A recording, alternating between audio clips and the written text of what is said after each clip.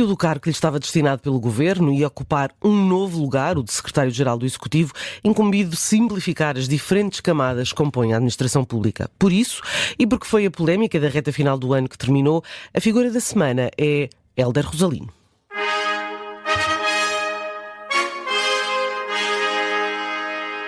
E é por isso que começamos este nosso pódio de sons com um som do passado. Poucas vezes um secretário de Estado teve tanto protagonismo como Hélder Rosalino, que iria assumir a 1 de janeiro o cargo de secretário-geral do Governo, com um salário 2 vezes o do primeiro-ministro. Ele que foi o artífice e o rosto da austeridade para a administração pública no executivo de Pedro Passos Coelho, no tempo da Troika. Em 2012, o então governante dizia ao Jornal Público que a responsabilidade do cargo não lhe tirava o sono, porque havia uma causa maior na ação do Governo a longo prazo. Compreendo esse desânimo dos funcionários públicos, compreendo e vivo, porque, enfim, tenho familiares que são funcionários públicos, eu próprio tenho sido afetado por estas medidas, porque também trabalho no setor público e, portanto, compreendo esta digamos que falta de perspectiva, este horizonte, falta de horizonte para que se resolvam definitivamente estes problemas.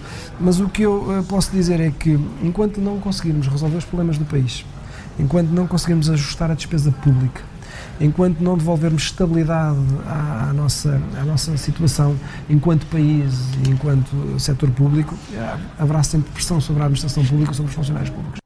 Secretário de Estado desde 2011, então estreante na política, acabaria por deixar o Executivo 2 anos depois, no final de 2013, menos de 6 meses após a saída de Vítor Gaspar do Ministério das Finanças. Desenhar planos B a partir da alteração da tabela remuneratória única. Sem dúvida de que retirar 3% a um salário de 700 euros pode fazer toda a diferença para quem recebe esse salário. Mas o que está aqui em causa é chamar todos os funcionários públicos para este esforço, enfim, de ajustamento da despesa que tem que ser feito e não colocar todo o ónus numa parte dos funcionários públicos. Ainda assim protegemos um conjunto significativo, mais de 10%, que estão abaixo dos 600 euros. A alternativa a estas medidas poderia ser o aumento dos impostos. É preciso recordar que os salários e as prestações sociais pesam 77% na despesa corrente primária. Portanto, é um peso tão grande que fazer um ajustamento na despesa pública com a dimensão daquilo que estamos a fazer seria impensável, e quem diz o contrário não está a falar a verdade. Quem diz o contrário, há muita gente a dizer que se poderia fazer este ajustamento na despesa sem mexer nestas variáveis. Não é possível. Como dizíamos há pouco, estas declarações foram feitas numa entrevista ao Jornal Público. Entretanto, agora, voltando ao presente, o Primeiro-Ministro tinha escolhido pessoalmente Hélder Rosalino, ex-administrador do Banco de Portugal, agora com o cargo de consultor do Conselho Diretivo da Administração, para assumir o tal cargo de Secretário-Geral do Governo. A nomeação faz parte da implementação da primeira fase da reforma da Administração Pública, que começou a ser desenhada nos governos de António Costa e que se plasmará basicamente na extinção de entidades com cortes de 25% do número de cargos diretivos, gerando uma poupança de cerca de 4 milhões de euros por ano ao Estado.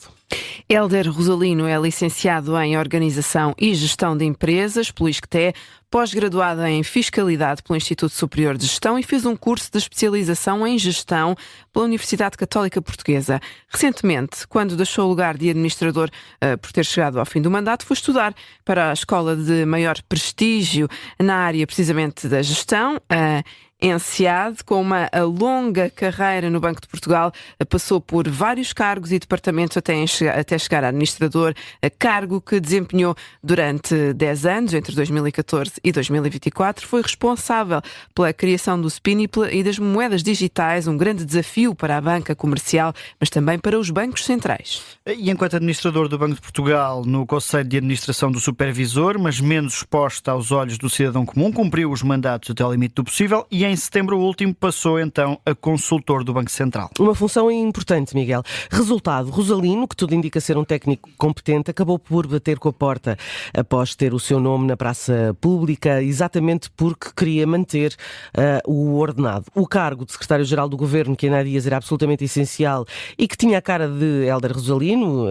a ponto de lhe arranjarem uma lei só para que ele pudesse ficar com esse lugar, que agora está vazio, à espera de melhor oportunidade e de alguém disponível para usufruir dos modestos salários governamentais. Ou seja, como dizia Helena Garrido no seu artigo de opinião no Observador, políticos profissionais, funcionários do Estado, desempregados ou, pura e simplesmente, oportunistas.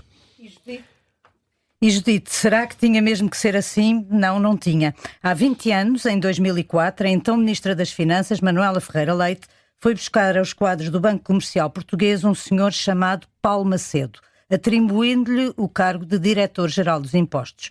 Macedo ganhava 23 mil euros mensais no BCP e disse o que qualquer pessoa que necessita do seu ordenado diria: aceito, mas quero continuar a ganhar o mesmo. E assim foi. E também, no seu caso, houve polémica quando um par de anos mais tarde foi aprovado o Estatuto do Pessoal Dirigente da Função Pública, que passou a impossibilitar a existência de salários mais elevados do que o do Primeiro-Ministro. A decisão que foi tomada foi exatamente a seguinte decisão.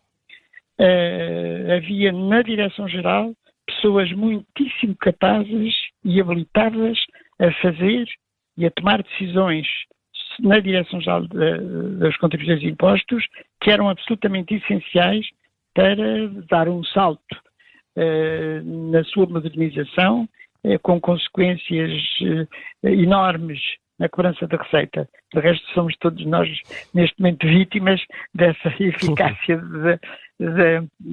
da Direção-Geral. Vítimas, diz bem Manuela Ferreira Leite, que à época era Ministra das Finanças, como há pouco dizia a Raquel, e que ontem esteve aqui no Direto ao Assunto da Rádio Observador a recordar esse tempo em que Paulo Macedo, que esteve 3 anos à frente do Fisco, foi aquilo que se pode considerar o melhor negócio de sempre do Estado português, porque transformou a autoridade tributária numa máquina tão imparável de arrecadar receita que pagou várias vezes o seu salário. E, portanto, aquilo que eu pensei e aquilo que analisei foi que pessoa seria capaz de fazer uma coisa dessas, capaz de ter alguma supremacia sobre os diretores gerais e ser capaz de ter visão, capacidade, conhecimentos, coragem para tomar as decisões e as medidas necessárias para melhorar o funcionamento da Direção-Geral. Mas, Ferreira Leite...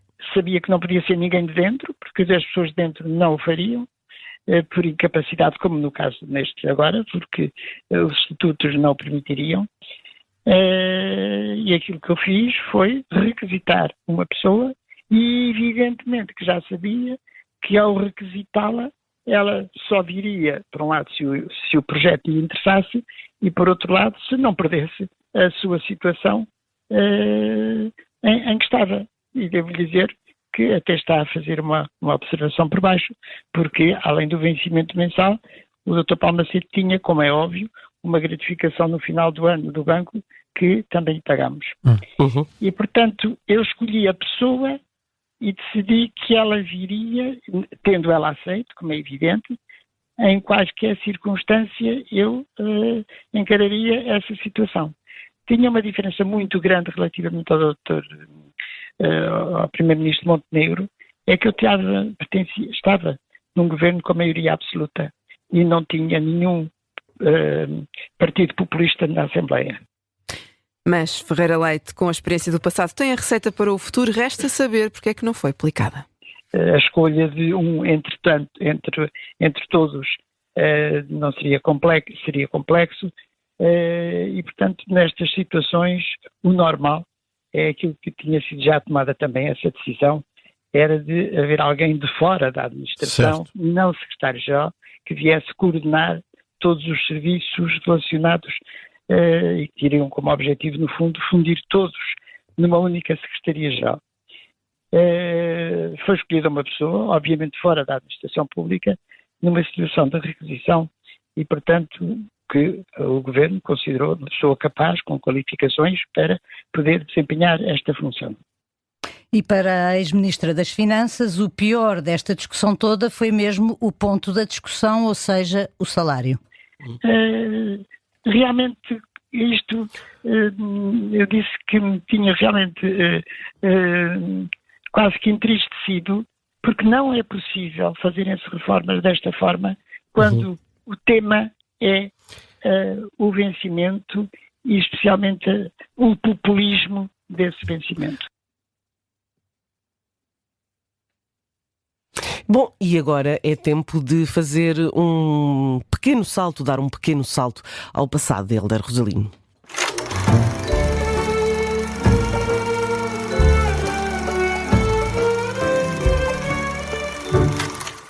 Hélder Rosalino foi o rosto da austeridade na administração pública, muito embora o então secretário de Estado tenha pedido para sair a quando da demissão de Gaspar. A saída acabou por acontecer já no final do ano, a 19 de dezembro, já com Maria Luísa Albuquerque no lugar. Foi comunicada poucas horas antes do anúncio do chumbo do Tribunal Constitucional à convergência das pensões, como recordava hoje o Jornal Público, uma das medidas mais controversas do tempo da Troika, que previa o corte de 10% nas pensões do Estado, acima dos 600 euros. E no seu mandato, Hélder Rosalino viu avançar a semana de 40 horas na função pública, um acréscimo de 5 horas semanais de trabalho viria a ser revertido no primeiro governo de António Costa. Deste currículo do antigo secretário de Estado constam também medidas como os programas de rescisões por mútuo acordo na função pública e a criação da CRESAP, a Comissão de Recrutamento da Administração Pública. Na esmagadora maioria dos casos, as medidas que saíram da Secretaria de Estado da Administração Pública traduziram-se basicamente em cortes, reduções de natureza variada, subsídio de férias, de Natal, suplementos, o que provocou, claro, uma enorme contestação pública. A fazer 50 anos, Rosalino, que começou a trabalhar na Marconi e ingressou no Banco de Portugal como contabilista, subiu a pulso pela escada do supervisor do mercado até chegar ao estatuto de administrador. Quando foi chamado ao governo por Vítor Gaspar, colega do banco, Rosalino perdeu dinheiro. O salário era 1/3 do que fazia na então Almirante Reis, sede do banco, que agora está de regresso ao local histórico, a Baixa de Lisboa, na Rua da Prata e na Rua do Ouro. Muito apropriado, não é? Que é, aliás, o lugar apropriado, exatamente. Ora, o que não foi apropriado foi a campanha montada contra Rosalino para avisar o governo, de tal forma que Rosalino sentiu-se, ao que se sabe, agastado, a família ida em aspas, ao ver o nível salarial discutido em plena praça pública. E há várias atenuantes àquele salário de consultor, a começar pelo facto de enquanto era diretor-geral, receber mais do que um administrador, porque tem direito a subsídio e prémios de produtividade. Dos 1.600 trabalhadores do Banco de Portugal, cerca de 4-5% ganham acima de 14 mil euros, ou seja, acima do 18º escalão. Muitos são nomes conhecidos do grande público, a começar pelos ex-administradores que, entretanto, passaram através das ditas portas giratórias do supervisor para a concorrência comercial e vice-versa, sem que isso tivesse, na altura, conduído nenhum coração mais separatista no âmbito dessa separação de poderes.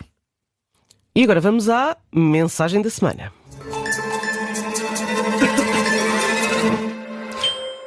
Como sempre, o testemunho de quem conheceu de perto e quem conhece de perto a nossa figura da semana, uma tarefa a cabo de Raquel Abcacis, tem sempre esta espinhosa missão. Hoje falaste com Miguel Relvas, que no governo de Passos Coelho foi um dos ministros que mais lidou com Hélder Rosalino. Raquel, vamos lá a essas perguntas. Miguel Relvas, boa tarde. A figura da semana é o Hélder Rosalino. Sei que trabalhou muito de perto com ele no governo de Passos Coelho.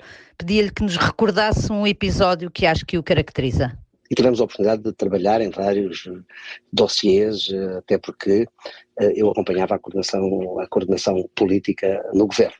Houve um que ele tratou diretamente comigo, que estava na minha área de competência, que foi o processo de privatização numa primeira fase e de concessão numa segunda fase, e que tinha um processo muito delicado em relação ao peso significativo que as despesas de pessoal e o número de pessoas envolvidas era significativo. E, portanto, foi com ele que foi onde eu tive uma oportunidade de ver a sua criatividade, para além da sua profunda competência. O seu conhecimento, para além da sua racionalidade. A sua sensatez, para além da sua capacidade de decisão. E Miguel Relvas ficou, de facto, triste com aquilo que se passou nos últimos dias e foi isso exatamente que eu lhe perguntei. E agora, o que é que vai ser de Hélder Rosalino? Fiquei satisfeito quando soube que ele iria desempenhar esta função. E a mim custa-me muito que não tenha sido levado até ao fim. Ele tinha capacidade para o lugar e não devia ser pelo valor, pelo que ganhava. Ele sai bem. Quem não sai bem foi quem não o manteve até ao fim. Boas expectativas de Miguel Relvas para o futuro. Fica agora a pergunta, terminamos sempre esta figura da semana com algumas perguntas para o futuro. Será que com esta polémica em torno da nomeação para o secretário-geral do Governo, Hélder Rosalino, queimou cargos futuros no Banco de Portugal ou bem pelo contrário? Ou ficará beliscada a relação com Mário Centeno? Essa fica de certeza. Também há a questão de Hélder Rosalino poder ser o senhor que se segue como governador do Banco de Portugal. Fazia algum sentido. Mas também faz sentido que, dada esta polémica e o protagonismo que Hélder Rosalino, entretanto, assumiu, que ele possa ser uma carta a jogar para outras funções fora do Banco de Portugal. E que futuro para o cargo de secretário-geral? Depois de uma lei feita à medida para Hélder Rosalino, como é que a Secretaria-Geral agora se vai organizar?